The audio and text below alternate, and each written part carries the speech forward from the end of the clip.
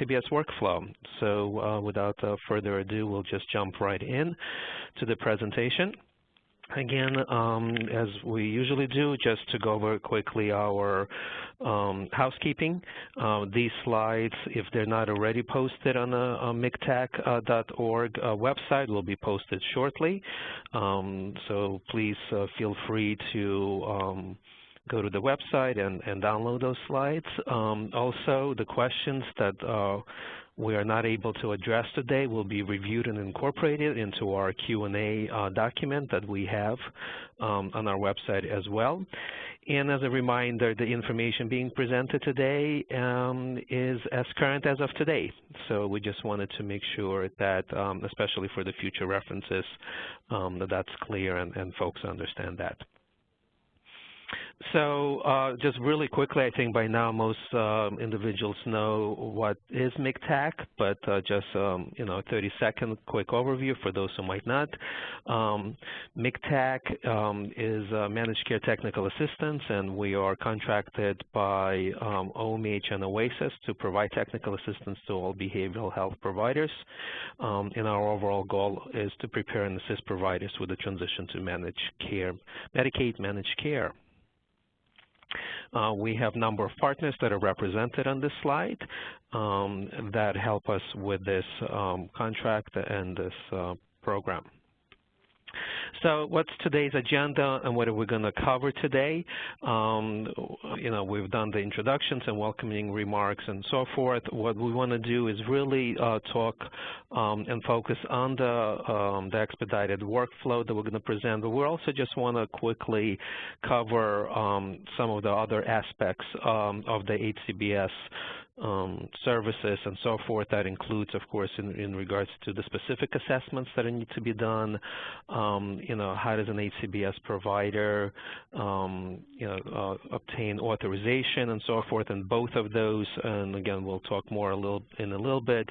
There's presentations that we have already conducted, but we wanted to revisit those since we have an opportunity to talk to HCBS providers and others.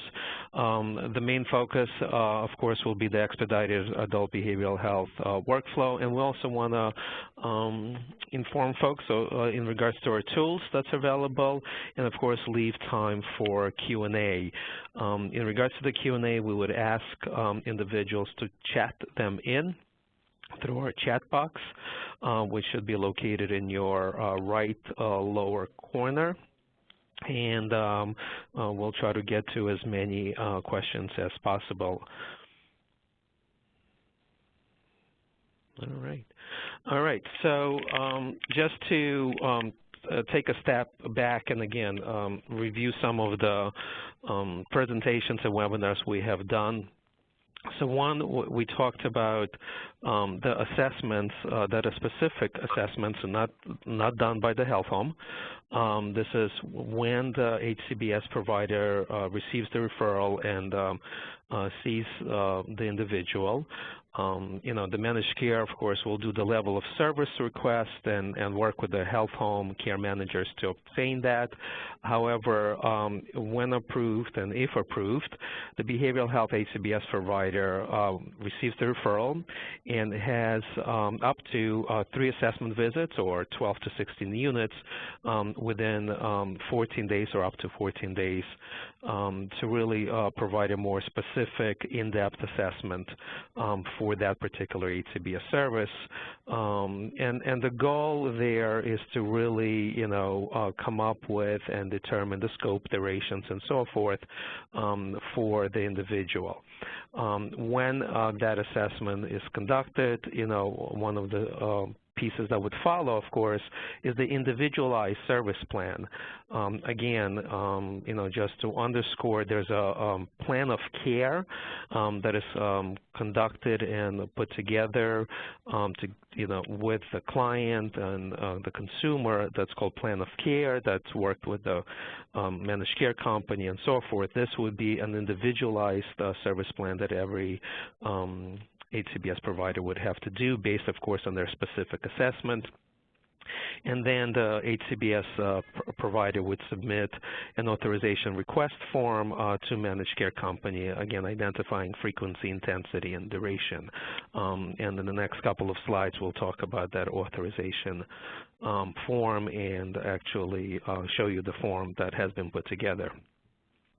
And as always, communication and talking to excuse me, the managed care organization, you know, to kind of work with them on this is crucial in any of your service delivery. And again, we've done, there's a presentation on the MIGTech website on the HCBS documentation requirements. There is a more detailed description of what HCBS providers would need to do for documentation. It's recorded, and PowerPoint presentation is available, so I strongly recommend if you need more information on the whole kind of assessment, individualized service plan, documentation, and so forth, to refer to that presentation. Another presentation that we've done not so long ago with our state partners is on the HCBS providers obtaining continuing authorization. The state, together with the health homes and, well, with the managed care plans, I should say, and so forth, developed a standardized prior authorization and really concurrent review authorization form that all plans would utilize. What you see on the screen right now is just page 1 or the first section of this form. We're not going to go into detail because, again, we have the presentation online that not only goes through this form in detail, but also actually has examples of how you might complete this form, and this would be done, just to underscore, after the HCBS provider has conducted those 3 so visits within 14 days and so forth. This is where this form would be utilized and completed, and then, of course, send directly to the managed care organization for that. At the same time, this form can be utilized, and you would have to work with your managed care company in regards to ongoing or concurrent review and authorization requests. And that would be, you know, depending on each case and how often you would work that out directly with the managed care company. Again, I'm going to flip through through these slides just to give folks a sense of it, but a more in-depth presentation is available on our website, and I strongly encourage folks to go through it. Again, you know, it's probably a very standard, basic authorization request form with the basic information, what services you're requesting, at which frequency, you know, what are the objectives of this particular service and the goals that you're trying to accomplish. Of course, they would need to link back to both, you know, assessments and the plan of care. And this would be done directly by the HCBS provider. Just to underscore, this is a form that would be completed by the HCBS provider. And of course, there's attestations and you know, and the signature that's conducted. The managed care plan would review it, talk to you about it, and then provide authorization.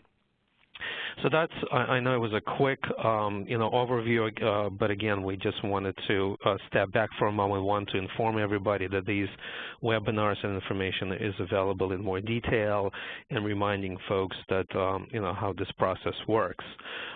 With that being said, what I would like to do now is really turn this over to our state partners. I think I'll be turning it over to Peggy, but Jocelyn, if you can also probably unmute others as well, and we'll turn it over to them. So, no further ado. All right, Peggy, just want to make sure we can hear you. No problem. I know that Nicole is going to take the lead in kind of going over the workflow, but we'll both be talking through the process. Excellent. Yep, and I just unmuted myself. Yeah. Great, thank you. And I'll be more than, since there's not that many slides, I think it'll be probably easy if you just tell me to flip to the, you know, kind of to the next slide, and you know, so this way we don't have to kind of bounce back and forth. Is that okay with you? Great, thank you. I think we're going to stay on this one for a while because there is a lot here. Excellent, thank you. Sure. So I know that Peg and I have been talking about the expedited workflow for some time, but so I want to sort of explain how this came about for folks to respond to some of the questions we get. Right now, there is something that's currently up on the DOH website that is called the Adult Behavioral Health HCBS Plan of Care Approval Workflow, and that is also known as the purple slide, a slide that illustrates things like required time frames, documentation, MCO touch points, and where HCBS providers come into the workflow relative to approval of HCBS services and this plan of care that we're going to be talking about today. So the expedited workflow that we see here really works in respect to that document and pulls out what we thought was sort of a simplified, of course, expedited version of that. And the way that we started to construct this is with the member, first of all, in mind. So what is it? We know that with HCBS, we have this New York State Community Mental Health Assessment that is required. We know that there is an eligibility or brief assessment and that there is a full assessment. And we also know that when an individual is receiving HCBS services, that they are required to have, you know, several elements within their HCBS plan of care. What we realized was happening is that care managers were completing the eligibility assessment and then the brief assessment and then taking a lot of time to try to figure out how to populate these HCBS plans of care where there are a lot of required elements. And so we took a look to say, what is really necessary to complete in terms of paperwork and assessments before you can get a referral out there for HCBS. Because in practice, if you have sat down with a client and talked through the brief or eligibility assessment, you can come out with a determination of eligibility for services. And we thought it would be a little smarter that through that abbreviated assessment process where you have that individual there can talk about that person's goal if you already don't know it from the health home plan of care perspective, that you say to that individual in that moment, you're eligible for HCBS, I want to educate you about these new services, and from that point, referrals can be made. And so we didn't want to lose the individual having to meet with them 5 sessions later to complete lengthy assessments and plan of care documentation. So with that said, this workflow is sort of the health home care manager's workflow, but we want to pull out for the purposes of this training where HCBS providers come in so that folks realize 2 things. One, if this is done correctly, we're hoping this unclogs the bottleneck, and 2, that you know sort of where you are in this network. So the middle column, the points in blue, are really sort of the general workflow for the care manager, starting with the eligibility assessment. And with every health home care management member, you would be reviewing the individual's goals through a person-centered integrated assessment plan of care process. So it would be at this point, and I'm in the second box down, entitled Person-Centered Discussion about individual's goal, that you, as the care manager, sits down and says, okay, are you currently receiving a service that is meeting your needs, that is helping you reach your goal, or based on your eligibility, assuming they're eligible, is HCBS going to help you to do that if you're not already getting your needs met in, say, a PROS program or ACT? And so if the answer is yes, if HCBS becomes a great option for that person, then there's some things that change in the workflow for that care manager. And so if you move to the left and you see the purple column, if you will, behavioral health HCBS considerations, there's some variations in the workflow, starting with the plan of care itself.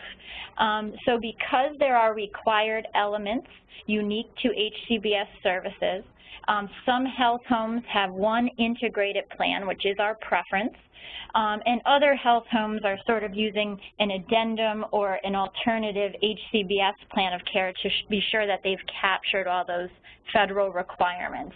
And so that plan of care that the plans will see, that HCBS providers will see, will have those required elements. And that's the document we'll start to work from. We move from that point to the interaction between the care manager, who has this, we'll call it preliminary plan of care, to the discussion that care manager begins to have with the managed care entity. So the care manager at the second box down to the left is doing what we call a level of service determination with the managed care plan. So that care manager says, I have sat down with this individual, they've identified what their interest is regarding HCBS. We think these two HCBS services, for example, PSR and peer services, would really help this individual to reach their goal. Managed care plan, do you agree that works based on the minimum requirements, which Peg will talk a little bit more about after this, based on the minimum requirements that I have that are required in the plan of care and the information. And generally it's what the person is already receiving in terms of services and what their goal is and how these new services may help. And so the plan will then issue a letter, and that letter is really the plan's first opportunity to say, I agree with this plan moving forward for that individual. And then providers become activated, referrals become activated. And so at that point, and this third box to the left, you start to see the role of the HCBS provider. We are asking plans that once they confirm level of service determination, so once they agree with the type of HCBS service to be provided for that member, that the plans are contacting HCBS providers to confirm referral readiness. And this is a really critical piece for this group because if the plan calls and asks a provider if they're ready to receive a referral, we have a member who needs the service in your area, and the provider says no, that's something that the plan will note moving forward. So if you're ready and able, please make sure that you're articulating that, because then it becomes back on the member to choose which provider in their network they would like to receive that HCBS service from. And so then you go back sort of to the middle box, the middle work, the middle flow, if you will, and then that care manager is making the referral to the HCBS provider of choice. I feel like I should breathe for questions, but maybe if we're unable to do that, does anybody else from my partners want to add to that, Peg or Lisa or Julie, anything that I might have missed? I don't think you missed anything, Nicole. I just want to highlight that we're providing a lot of what's happening before the HCBS provider even comes into play. So this is just to kind of, again, offer, this is one of the reasons why we're seeing a delay in getting those referrals out to our HCBS providers. So if you are an HCBS provider, know that we're giving you kind of the foundation of all the behind-the-scenes work and asking you to really, truly assess your readiness, because we're hoping and we're seeing that we're seeing a nice uptick in this process now. So we're hoping that these doors will open, and we're hoping that as providers, you're ready to receive those referrals. Yep. Thank you, Peg. To that end, oh, go ahead. Somebody else was going to say something. No, Nicole, this is Boris. I just, there are a couple of questions that came in that maybe you might want to, so one is the question about the document you referred earlier on that's on the website, and so there's a question, will that document be updated? I assume the answer is yes, but because it was released, I think, in September. Yep, so the document that I referred to, the Adult Behavioral Health HCBS Plan of Care Approval Workflow, it will not be updated because this document works in respect to it. So this document really doesn't negate a part of that. It really just pulls out elements of the required documentation that can be done before you can move forward. So the biggest change is that instead of saying you have to complete a full assessment and a full plan of care, we're really just saying that you can, upon eligibility assessment, move forward to referral. And that still works within respect to the larger workflow, which is more specific about timeframes from the point of MCO approval, turnaround times to populate the plan of care. But in the end, the expectation is that the care manager still completes the full assessment as well as populates the entire plan of care in 90 days. And so I didn't get to the HCBS part, so I want to make sure we do that before we go on, but it might make more sense once we do if I can tie that part in, Boris. Sure, no, definitely. And so okay. I'll take a couple of more, and then we'll, of course, have a lot of time, hopefully, at, towards the end. So just, I think, just to, because a couple of questions came in on this, and just to repeat what I think Peggy said. So the referrals in New York City, so this is New York, because New York City, you know, HCBS went live on January 1st, should be coming in now. And so there was a question about when should it happen for Staten Island. I just wanted to, and again, Peggy and Nicole, I think folks should be getting referrals in the hope here that this will be expedited and more referrals should start coming in. Is that accurate? Correct. That's absolutely kind of the reason we wanted to do this presentation today, to give folks in New York City, where this is currently live, a heads up that that we hope this opens up the bottleneck and that you start getting those calls from the managed care plans and that you start receiving these referrals from health home care managers. And then furthermore, doing this before rest of state goes live, we hope that we kind of jumpstart that process right off the bat a little quicker with a more efficient workflow. Excellent. Hey, can I just add one thing, Sure. Boris, if you don't mind? Please. I know that the slides that were initially posted that we were referencing earlier in terms of looking for an update, I just wanted to clarify in terms of both our managed care plans as well as our HCBS providers. This is just opening the door to the level of service determination. That's the only change in the workflow. And so certainly we are open to making that update. I think as state agency partners, to be excruciatingly clear, we want to avoid any further confusion. But that's truly the only change and shift in the workflow, is opening that level of service determination at a different point in the process. And there was a question that I had looked, as I was kind of paying attention, Boris, I'd like to respond to quickly. Please, and that's in terms of confusion regarding whether or not an HCBS provider needs to be linked to the health home care management agency that's making the referral. And no, that doesn't have to be. This is a member's decision as to which provider they would like to engage with.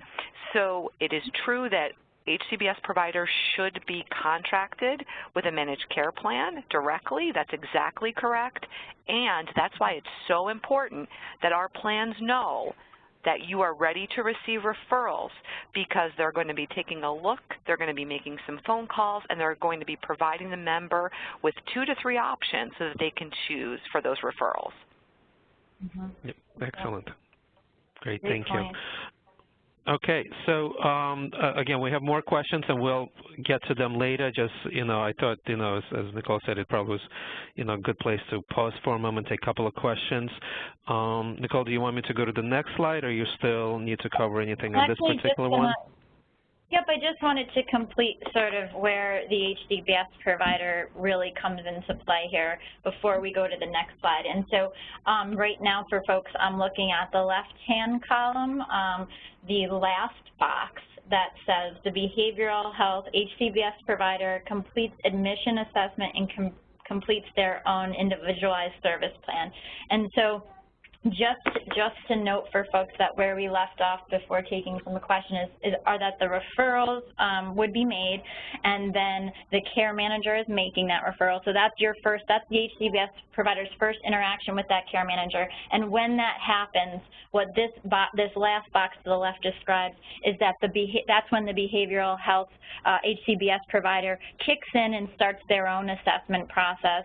And that goes back to where Boris showed us the the documents that that can be used, so that the HCBS provider starts having their own interaction with the managed care plan. So that's probably the piece that most folks are aware of as HCBS providers already. What's important to know is that as you assess for details like scope, duration, and frequency of the service that will be needed, that the MCO is giving information back, and I'm sure the HCBS providers are communicating with the care manager, who needs to ultimately populate the HCBS plan of care with those details.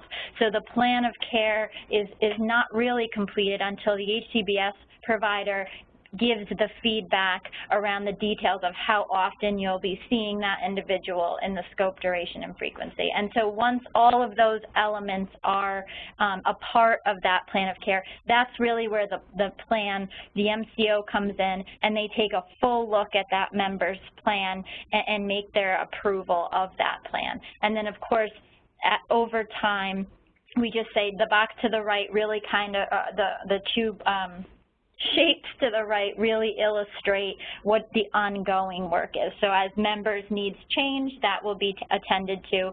In the 90-day time frame, the full assessment will be completed. If there are additional needs that are assessed through that process, maybe additional providers will be added. But this workflow really speaks to the unique level of interaction between the care manager plan and the HCBS provider around HCBS. So that's really what we wanted to pull out for folks today. And again, I would invite my state partners to add on to anything I missed. Okay. I think we could go to the next one unless there are any further questions. All right.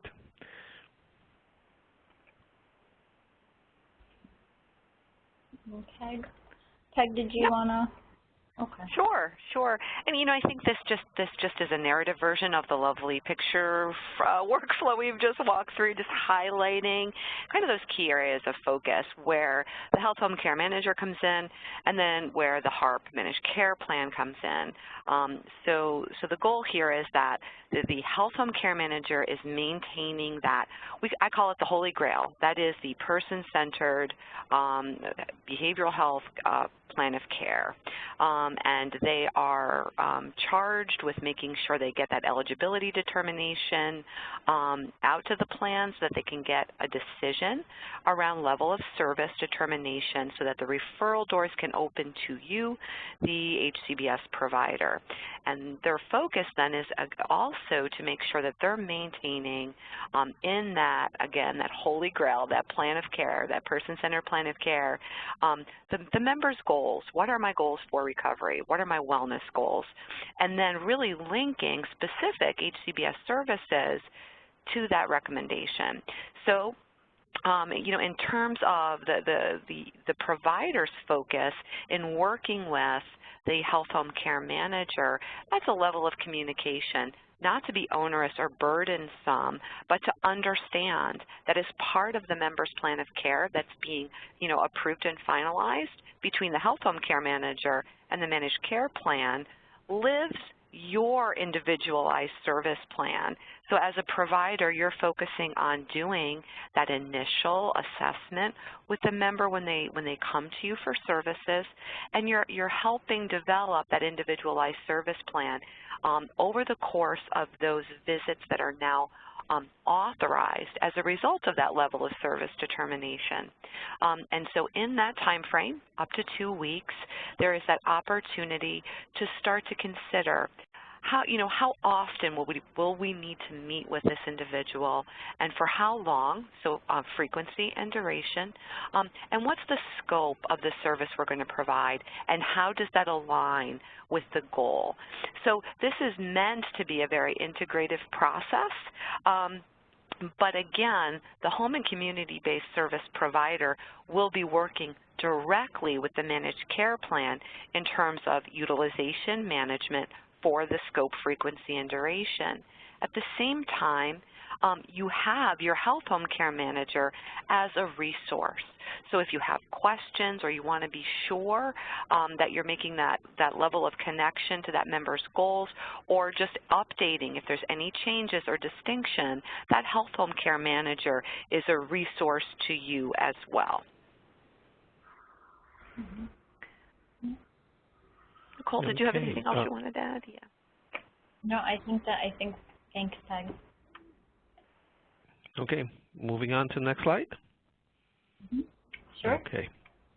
Okay, so well, I'll go through quickly some of the tools and resources, and I think what we really want to do is spend the next time, the next half an hour or more actually, on questions that have been coming in.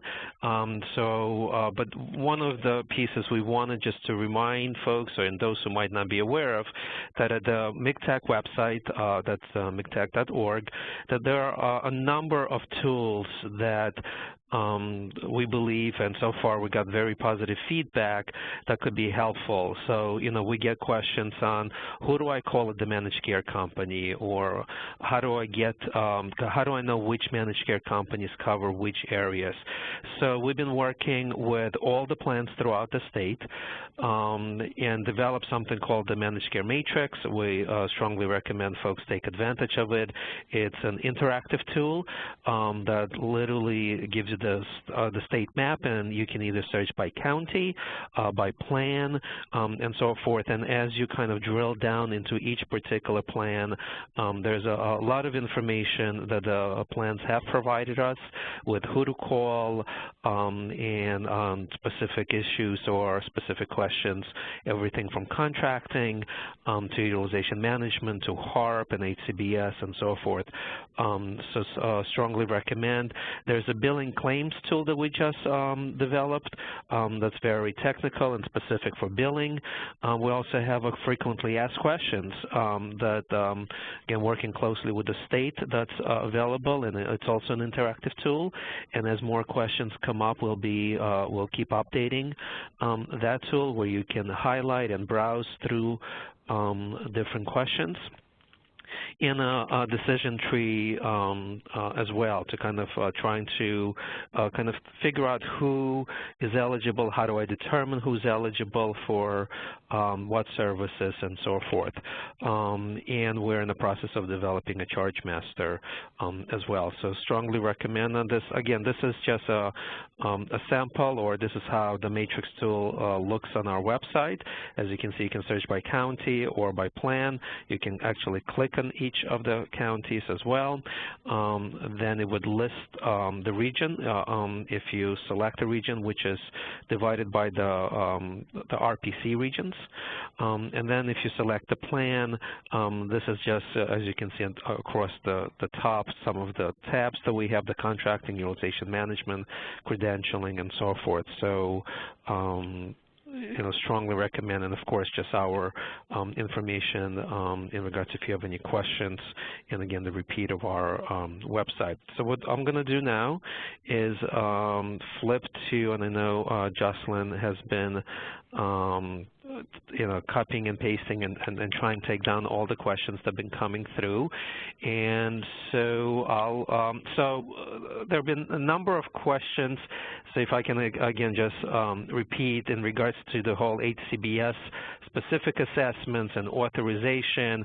And so again, just to repeat what I've stated earlier, is there are at least two presentations that are on the MCTAC website. Both is about HCBS documentation, and one is about HCBS utilization management / authorization.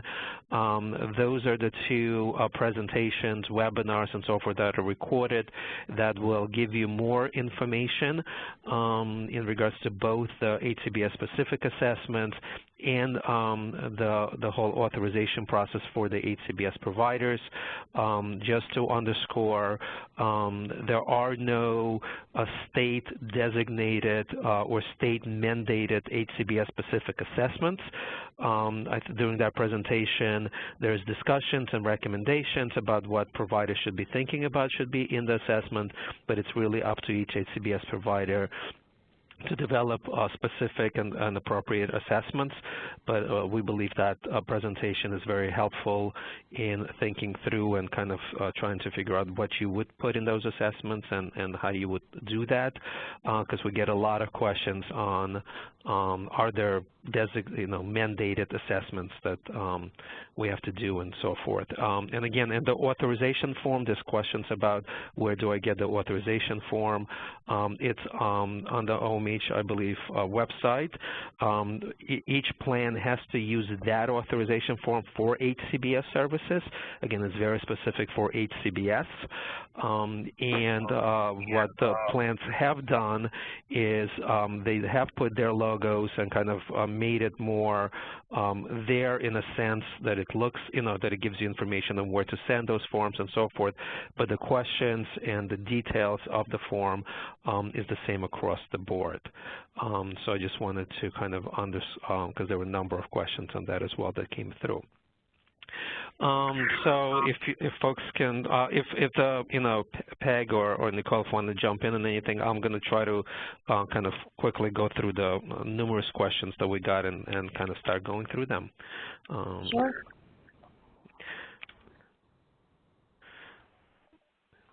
Okay, there's a question that's, please clarify if a member is a required element on the partial plan of care.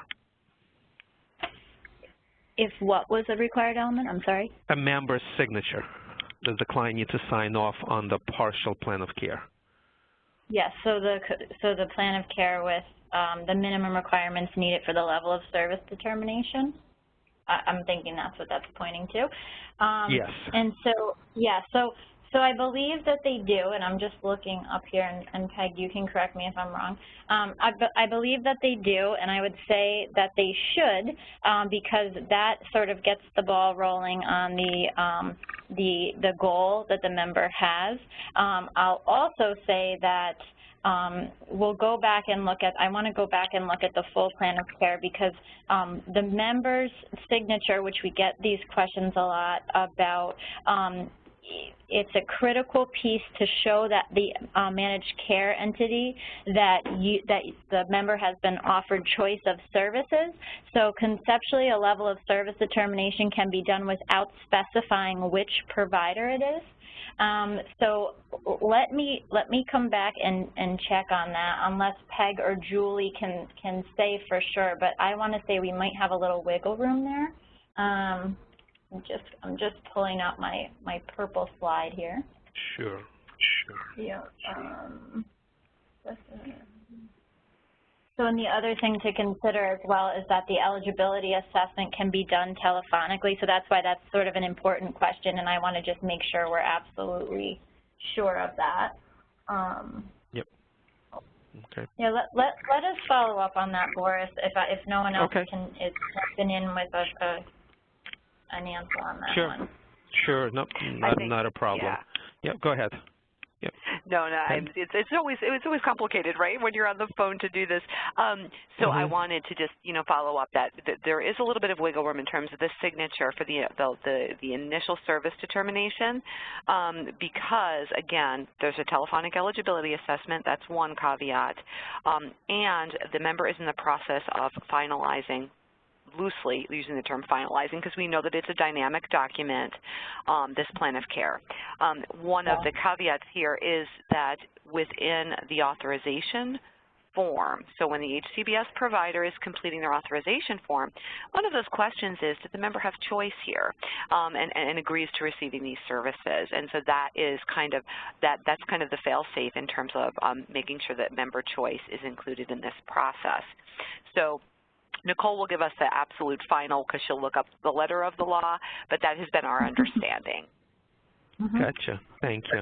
So this might be one of the questions that comes up a number of times, and is in regards to sharing all of this information. I think I'm going to try to summarize the question that we got in regards to how does, what are the IT possible considerations or other types of considerations of how is all of this information shared between the health home care manager to the plan and so forth. I know it's a big question, but any thoughts or kind of vision of how this might be working.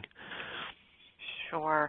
I'm happy to take that one, Boris. So the DOH 5055 is a standard consent that our health home care managers would use in terms of sharing information between plans and providers. Now, each HCBS provider, because they're working directly with the plans, would also need to provide a consent so that when they meet with the members for that individual session, they'd be requesting consent so that they can both confirm the member's eligibility within the plan, their Medicaid eligibility, and also for the utilization management purposes. So the Health Homes DOH 5055 covers the consent, and the care manager should be sending that to the HCBS provider, so you're aware that there's consent, but the HCBS provider also needs to provide consent or an authorization of release of information for the member's plan so that you can do the utilization management process. Gotcha. All right. Thank you. Another question comes up. Of course, at least at every presentation, there has to be a question, one question about payment. In regards to the payment for the New York State, the Community Mental Health Assessment, there's, who pays for it comes up. Is it the health home? Is it the managed care company, and so forth?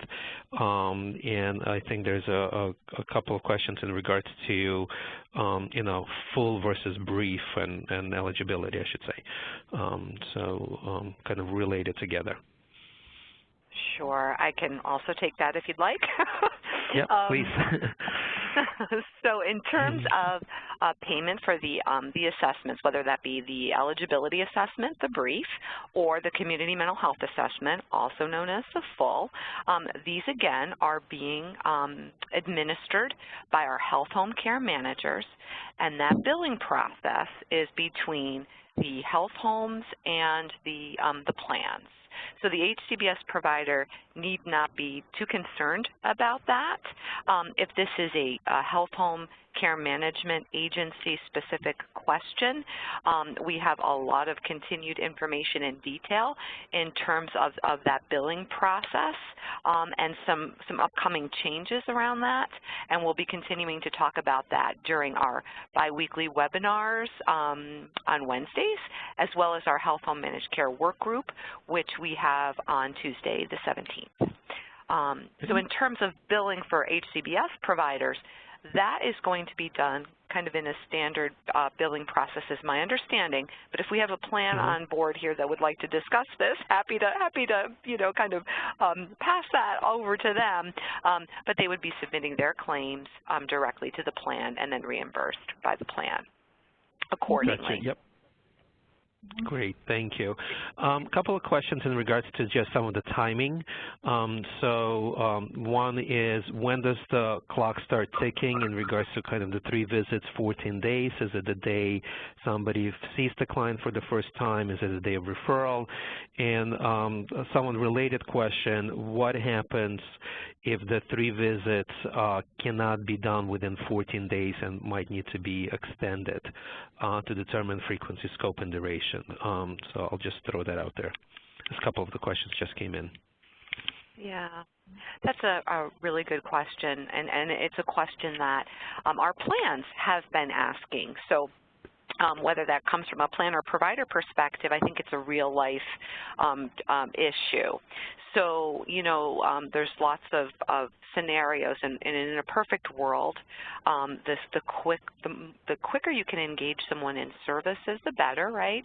So evidence-based practice tells us that if we can quickly get somebody in for that first visit, that engagement happens, and then longer-term retention happens. So that's kind of the teacher in me coming out with evidence-based practice.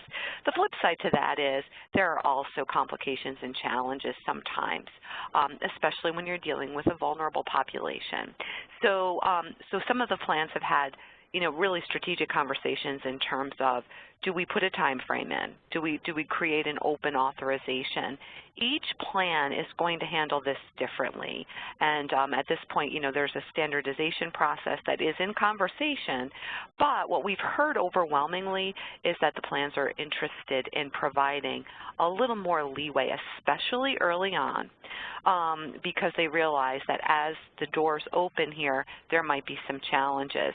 So the really short answer is the provider should really connect to the plan if they're finding that there's a challenge with engagement or there's a challenge with getting those visits in prior to that 14 days, just so the plan's alerted to any barriers that they may potentially be able to assist with.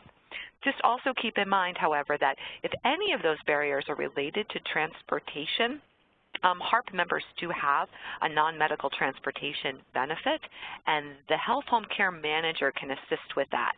So don't allow transportation to be one of those barriers, because there is room for resource there. Gotcha. Thank you. A couple of questions in regards to communications and kind of who talks to whom and so forth, especially in the initial referral process. So I'll, if it's okay, maybe I'll kind of say what I thought I heard, and please jump in and correct me if I'm wrong. So kind of just in regards to communication, after the level of service is approved and determined, it's the health home care manager, for most part, will be making the referrals, communicating with the HCBS provider, also potentially providing that initial kind of eligibility assessment document if it helps the HCBS provider, and probably that initial plan of care. And then the HCBS provider, when they do their assessment, would be communicating directly to the managed care company for that authorization and so forth. So I just wanted to, because we got a number of questions on kind of the communication, who's talking to whom. Is that, I know it's oversimplified probably, but Peg, Nicole, does that seem correct? Yes, I think you captured that. Okay, thank you. Okay, thank you. Okay, so a couple of other questions here. I guess questions about the completion of the full plan of care and the full assessment component, and just confirming that individuals can start receiving HCBS services prior to the full assessment being completed. So just, I think a number of folks just want that confirmation, and that's accurate, correct? 100% accurate. Good. And if anyone is told otherwise, please let us know. We will clarify that further. Excellent. And I think it's kind of it's a partnership, right, between the managed care company, the health home, and the HCBS provider there to work together to really try to complete that full assessment in that process, right? Because sometimes it might be the individual who's having a hard time, or maybe other things. But I think, the goal is to complete it, but it does not preclude somebody from getting HCBS services. So I think. Great. So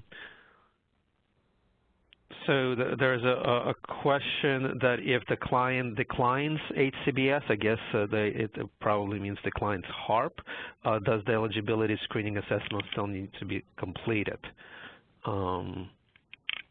Yeah, so I would say to that, so there's two things that folks could decline. One, they could decline the assessment itself. And of course that will happen, and then we would just encourage folks to revisit that when the person's ready. And then two, they could actually agree to do the assessment, and then the care manager, that I want to say this too, once you find that somebody is eligible for HCBS, the care manager won't necessarily say, okay, you know, HCBS services is the way to go. The care manager in most cases already has a plan of care, is aware of the other services the individual is receiving, and so that assessment, that eligibility assessment, initial assessment, is really an opportunity to talk to the member about what other new services are out there that they're eligible for. How are your existing services meeting your needs, or, you know, are these services something that can help you get to where you want to go? There's choice, there's education about what the difference between, say, like a PROS program is, where that has those rehab components, versus what, you know, individual HCBS services can offer that person. And that's why choice is so important. We really have the opportunity in New York State to provide a very large spectrum of services that are home-based, that are site-based, and we want to do what's best for that individual. And so if HCBS isn't for them, even if they scored eligible, there's no penalty. That would simply be documented, and other services would be offered to that individual that they are interested in.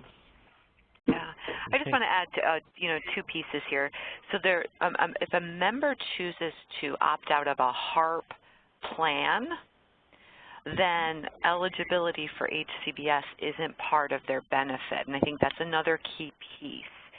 So, you know, when we're looking at a member's eligibility for HCBS services, the first checkbox of eligibility is that they are enrolled in a HARP plan. And so if they decide to opt out of that they are now considered a mainstream member, even though they were HARP eligible, which means that they have access to the mainstream Medicaid plan, if that makes sense. Right. No, it does. So the other piece, I mean, we still keep getting questions on the referral and who does it. So just to, again, underscore, one of the components of the referral and the care manager discussion with the managed care is important to make sure that the HCBS provider is in network with that managed care company. So choice, as was mentioned a number of times, is crucial here, that the individual gets the choice, but the choice should be within that particular appropriate network for that managed care. And it's important that the care manager works together with that managed care company to make sure that those HCBS providers that are given as a choice are part of that network and contracted and so forth. Because I think especially for the rest of the state, the contracting process is kind of just begun and is in process in New York City. I think some folks might be still in process of contracting with some plans. So it's important to kind of make sure that that's in place as well. But I think the goal is that the HCBS care manager, after the individual has the choice, chose their HCBS provider and so forth, the health home care manager is the one who makes that referral and, of course, works closely with the individual to that provider. Okay. All right. Let me just see, just kind of scrolling through. So is the plan of care going to be electronic? There's a question on that. I believe, Peg, Nicole, any thoughts on the plan of care being electronic at one point? Well, right now this is variable by health home, honestly. So some of our health homes have built this into their electronic data care coordination platform, and there, in some cases, may or may not be access to parts or members of the care coordination team. And so, again, there's a variability across the health homes. So in some cases, yes. In other cases, no. Gotcha. So it's important for the case management agencies to work with their health home to find their practice and what they're doing within each health home, and of course follow those guidelines. Correct. Great. There's again another question on the timing. Is there a time frame between completing the plan of care by the care manager and submitting it to the managed care company? I think there's an assumption that it would be almost automatic type of, and I use that word loosely. but I don't know if there's anything you guys want to add to that. Well, what we know is there is no easy button. Right. I think that's one of the things we joke, but we all know this is a challenging process. There's a lot of communication that needs to take place and a lot of documentation that needs to take place. However, the evidence-based practice here again, and I keep going back to that, is getting it in that 90-day time frame. Things change, and things change rapidly in a highly vulnerable population. So we just want to make sure that the members' goals and needs are addressed, and that there's a finalization with the plan in a very reasonable time frame. So we're looking at that 90-day time frame. We're looking at that 90-day time frame to complete the full assessment. The full assessment may yield additional services that a member might need. So, the combination of getting those done together is key.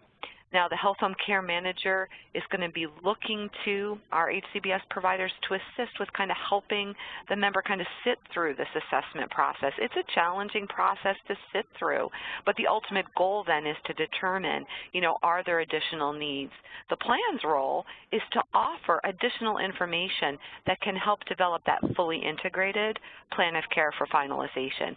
And that's the goal, fully integrated and streamlined, comprehensive plan of care. Gotcha. Thank you.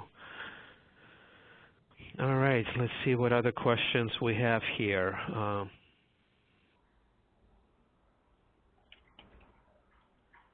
Are there minimum requirements to be completed in the plan of care for the managed care to issue a level of service determination? I guess, are there mandatory fields, maybe another way of saying it? Any thoughts on that? Yeah, so I think that is even covered in the slide. I'm just trying to flip back to the slide, the key areas of focus slide, where we, basically we have received feedback from care managers, health homes, and MCOs about what folks would feel is a fair minimum requirement for the plan of care. And so we heard things like goals, so what is the person's goal or goals, what their tier eligibility is, so are they determined tier 1 or tier 2, so that we know we're on track, and then specific HCBS services recommended. Some other components that folks have talked about is what services they're already receiving so that the plan has an idea. Really, we want the plan to work with the care manager on this in respect to the fact that oftentimes the care manager doesn't have a full picture, especially if it's a new member, a new health home member, so that we're asking the plans to be mindful that we want you to make this as an informed decision, and we want this to be a dialogue between the health home and the managed care plan so that the members' needs are articulated and that both parties understand that and agree with the preliminary plan of care is a good starting point for that individual. So we're putting out guidance to accompany the expedited workflow to get down some bare minimum requirements as illustrated on the key areas slide, just because we have gotten that request. But we did want to stress just the need for the parties involved here to really work together with member engagement as the key focus. We don't want to lose folks because of the workflow. Yeah. Gotcha. So so Nicole is identifying the key aspects for a level of service determination, and I just want to highlight that in order to have kind of that finalization or approval of, if you will, of the plan of care, the plans do verify that the plan of care meets the federal requirement for home and community-based service provision as part of the federal waiver requirement. And those federal regulations are posted on the website. So plans have those, and this is key for the health home care manager and the plans to make sure that the plan of care meets those federal regulations. I just wanted to highlight the two phases here. So the service determination, there are bare minimum to get a level of service determination in that initial sharing with the plan. And then in order for the plan to approve the plan of care, they need to attest to it meeting very specific federal regulations as well. Excellent. Great. Thank you. We have a couple of questions on if somebody is not HARP eligible. As we all know, at the moment, the states determines the HARP eligibility. I know in our MIGTAC presentations, we do have a bullet on in the future, there would be a process about potentially identifying from the community or by managed care company or by providers and so forth of potentially identifying HARP eligibility and thus potentially having folks receive HCBS services. So I just want to, so we have a number of questions. If that is still coming, is that still part of the plan? And of course, are there any particular timelines for that process? So I guess I'll just say we don't have a time frame yet for the HARP, what we're looking at as like a community referral process for HARP plans, but we are taking a good look at what populations we may want to start with, especially those who may not come up as flagged in traditional service utilization through claims data. You know, for example, if folks are institutionalized in a state hospital or a prison system, that they wouldn't necessarily be flagged as HARP, but have the same requirements, the same needs, rather. So that's something that the state is taking a good look at now and trying to develop. The other thing I would say is just to reiterate that at this point, the only individuals that are able to receive HCBS services are those who are HARP enrolled. And Peg, I don't know if you have anything to add to that. Nope, covered it well. Great, great. A number of questions on HCBS rates. So again, the New York City HCBS rates have been out for a while, and I think the rest of the state rates, this is for HCBS services specific, just to clarify. This is not for the health home care management assessment we're talking about. So for the HCBS, rest of state rates have not been posted yet. That's correct, Nicole? I do not believe so. I am going to check in real quick on that for rest of state. Gotcha. Great. Yep. Yeah.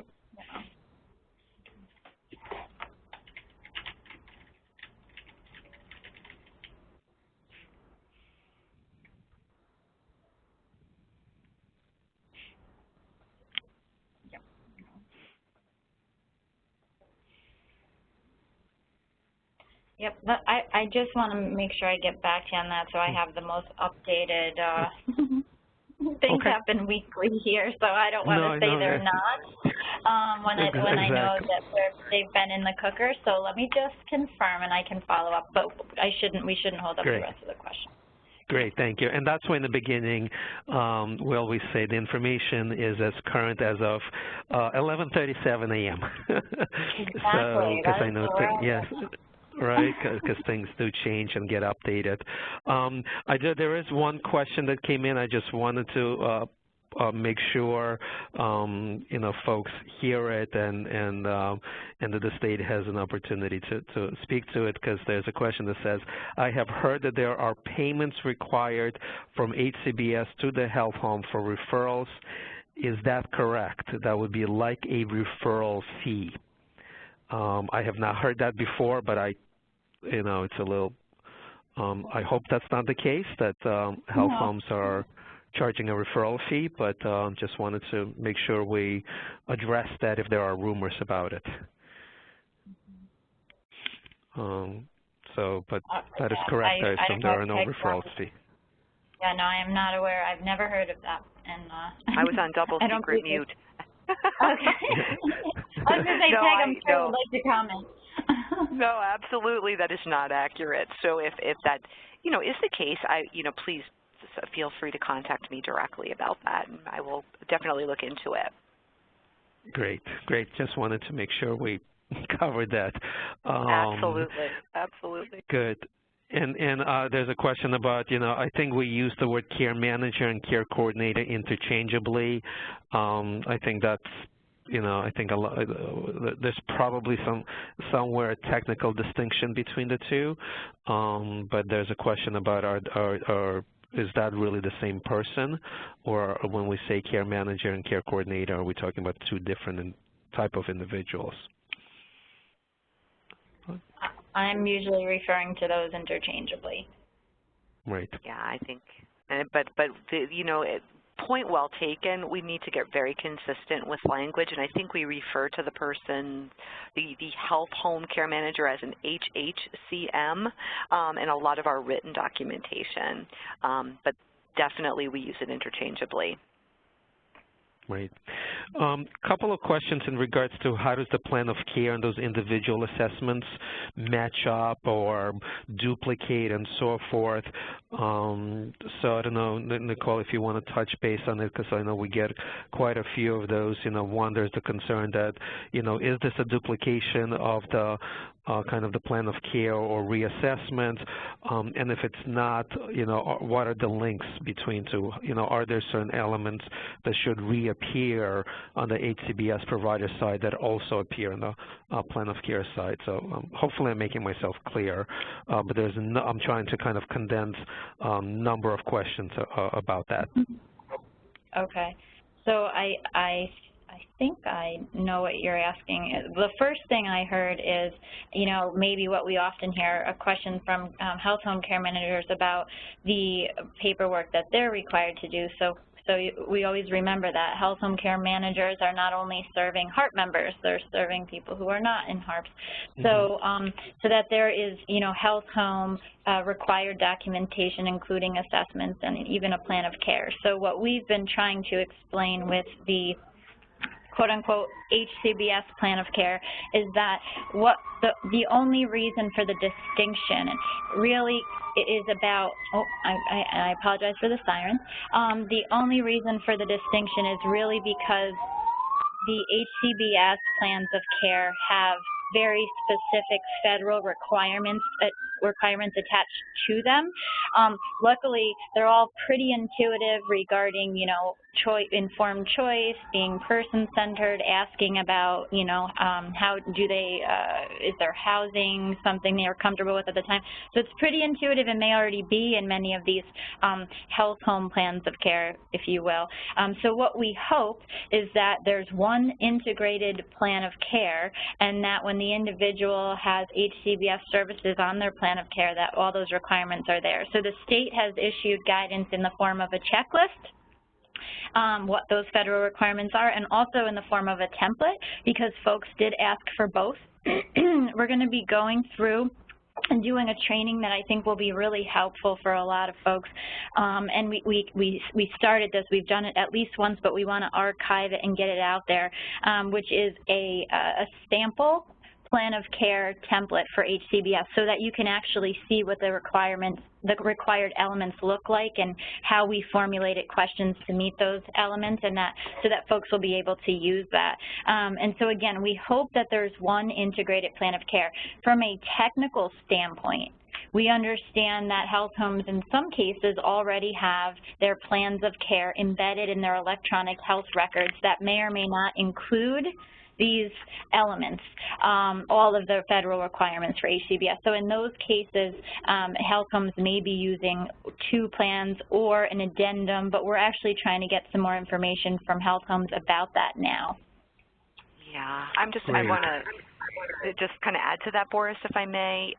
Again, and I just want to make sure that we really answer the question, and I think some of the concerns from the HCBS provider, and I'm making the distinction because we use the term the behavioral health HCBS plan of care as if the health home is doing one and then we're asking the HCBS provider to do another, and that's where I want to draw the line. The health home is responsible for the integrated plan of care. It has everything, soup to nuts, from your primary care physician, your neurologist, your endocrinologist, to your clinical, your clinician, your social worker, your HCBS provider, transportation provider. All of that is in the plan of care that the health home is completing.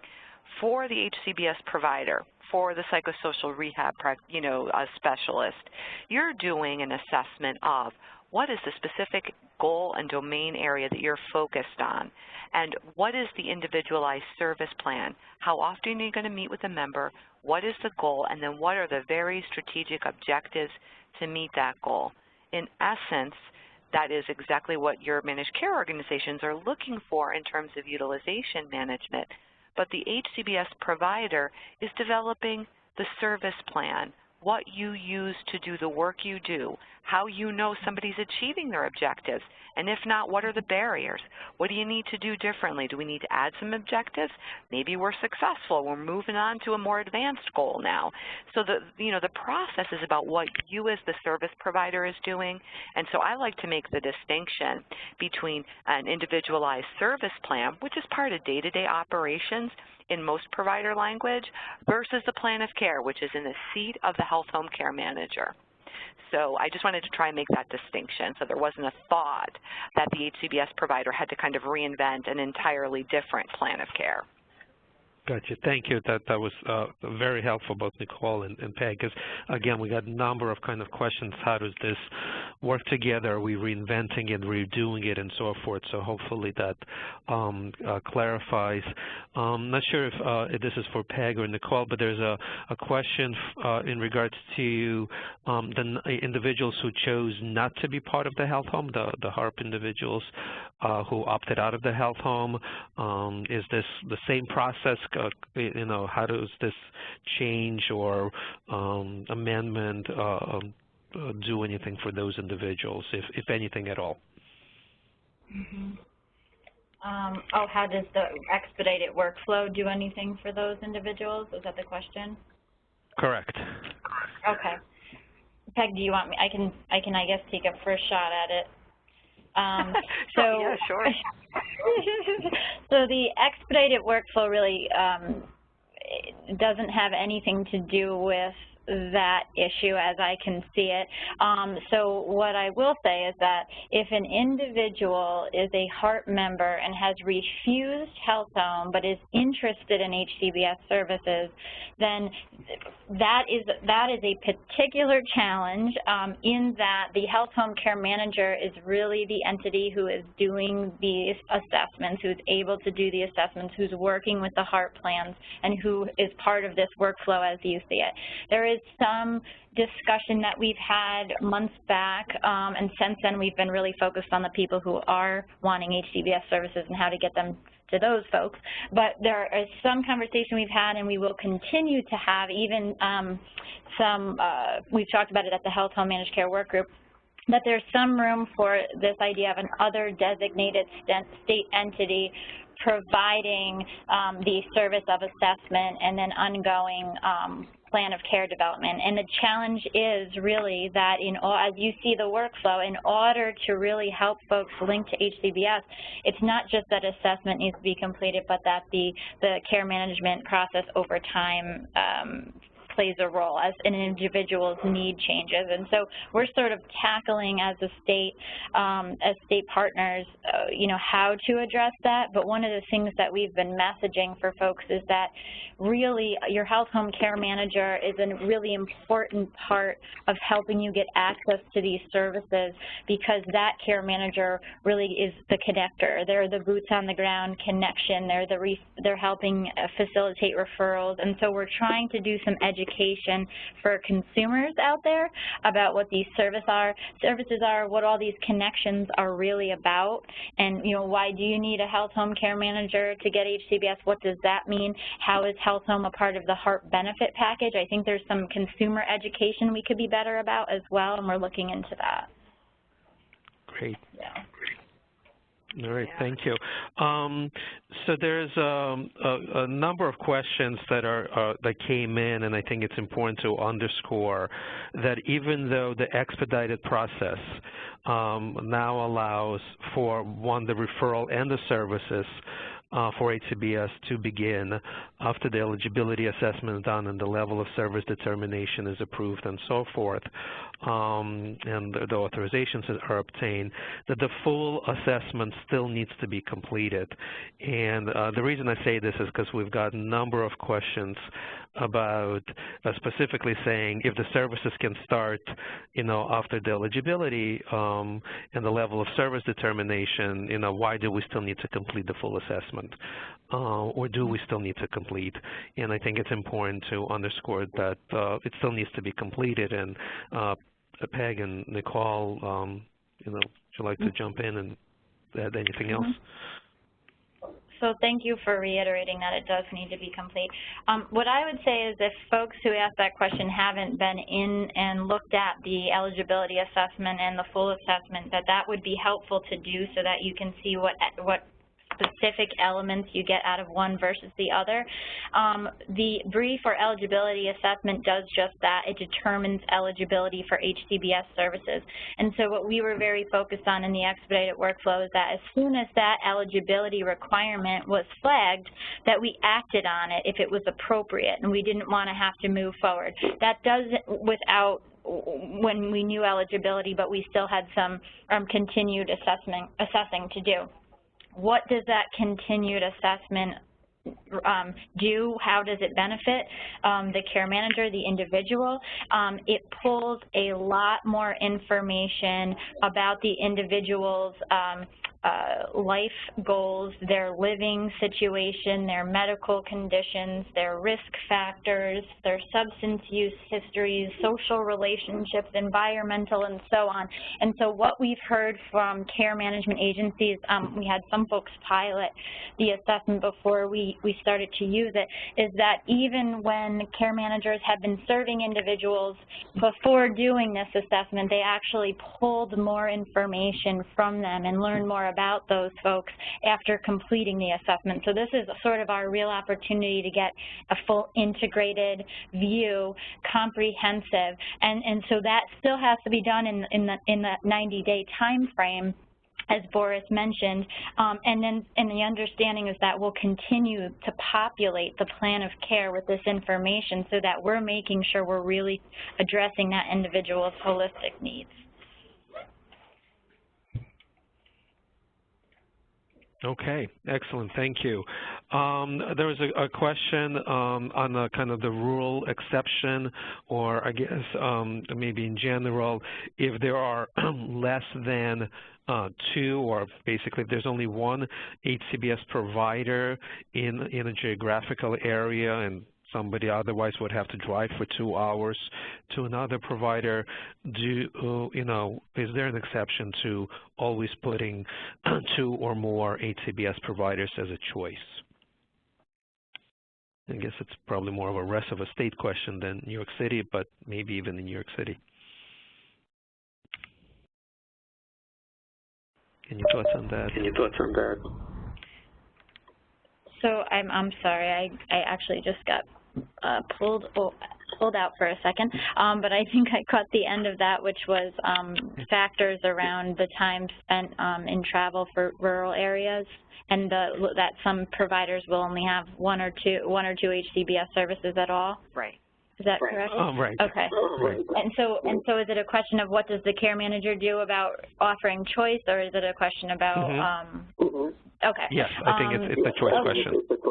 Okay, so I think CMS is reasonable in that part of the conflict-free consideration is that MCOs are contracted with a network of providers so that they can meet the individual's needs, and that's part of their requirement as a HARP plan, is that they have a network of services to meet the need. And so if there are few providers in an area and there are only 2 choices, for example, then certainly that would be the choice given. Sorry, did somebody else say something? Okay. No. So again, I think it comes down to the fact that folks should know that we have a provider network documented. So that's part of it, and I don't know of any place where there's only one HCBS provider, but I can check into that scenario if that was the question. Yes, I think it was not just about if there's one HCBS provider, but also potentially a particular service designated for only one provider and so forth. So, and if it would be okay with, limited choices, of course, since there are limited designations or providers. Right. But I think you covered that.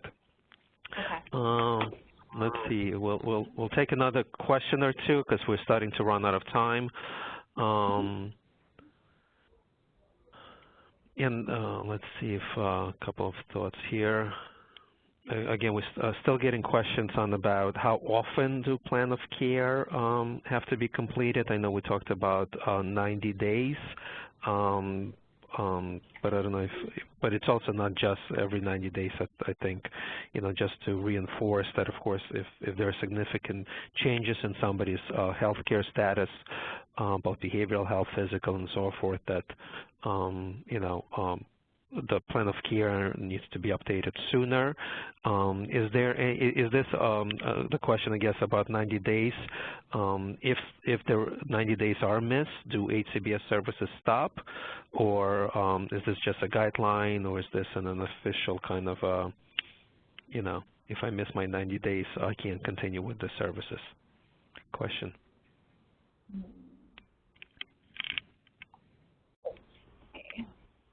I might defer to Peg from the plan side how that could go, but what I can say from a workflow perspective is that I think Peg spoke a little earlier to the fact that sometimes things happen where you're not able to engage an individual, or you a lot can happen in 90 days. People can be hospitalized or lost to contact. So what you want to do is just make sure that you're in touch with your partners. So this workflow reflects a real partnership with the health home and the HCBS provider and the plan. So you want to make sure that you're in touch and working with folks, letting them know this is why it's not completed in 90 days, and that there's been efforts made, and of course document that those efforts have been made, so that it just doesn't simply appear that you're neglecting to complete any process, which we don't think happens, but we do understand that the variations can happen in this workflow. In terms of the loss of HCBS services, that I don't want to speak to. I don't know, Peg, if you know that one way or another, and if not, we can follow up with it. I mean, this is a question that has come up a few times, and I think it's related to the plan's concerns in terms of chasing down a completed assessment or being able to get final approval to a plan of care. And so, using the services as leverage. So I don't have an absolute yay or nay, but my thought is that if a level of service determination has been made and a member is receiving a service, unless there is clinical reason to stop those services, goals met, no longer eligible, whatever the case may be, the member would have appeals rights in terms of that process. So I think that once the door to HCBS is open and a plan has made that level of service determination, that's a separate and distinct issue from the ability to be able to approve the final plan of care, the finalized plan of care. So, we can definitely get back to that, but I do think that this is in direct relation to the plans looking for some leverage in terms of, kind of getting that finalization and that sign-off. Excellent. Great. Thank you. So with, on the time here running out, I think we're going to wrap up here. And one, I just want to say thank you to our state partners in pulling this together, making themselves available, and providing this information. We at MCTAC will be working with our state partners in, again, as I mentioned earlier on, in looking at the FAQ document that we have and the tool that we have out there, seeing how we can update that tool with the questions that have come in during either this webinar or through the email boxes that have been established both by MCTAC and the state. And that's going to be an ongoing process that as questions come up, we'll keep working on trying to make them available. Mm-hmm. So again, I want to say thank you, and Nicole and Peggy. Any last thoughts, comments before we sign off? I just want to say we really appreciate everyone's patience and hard work in a very, the system transformation is challenging. This is not easy. There is no easy button. I said that earlier. And kind of moving through this and with just, good spirited partnership and knowing that we're available to resolve issues. We just really thank you for being part of this process. Great, I would second that. Great. All right. Thank you, everybody, and enjoy the rest of the day. Thank you, and take care. Thank you.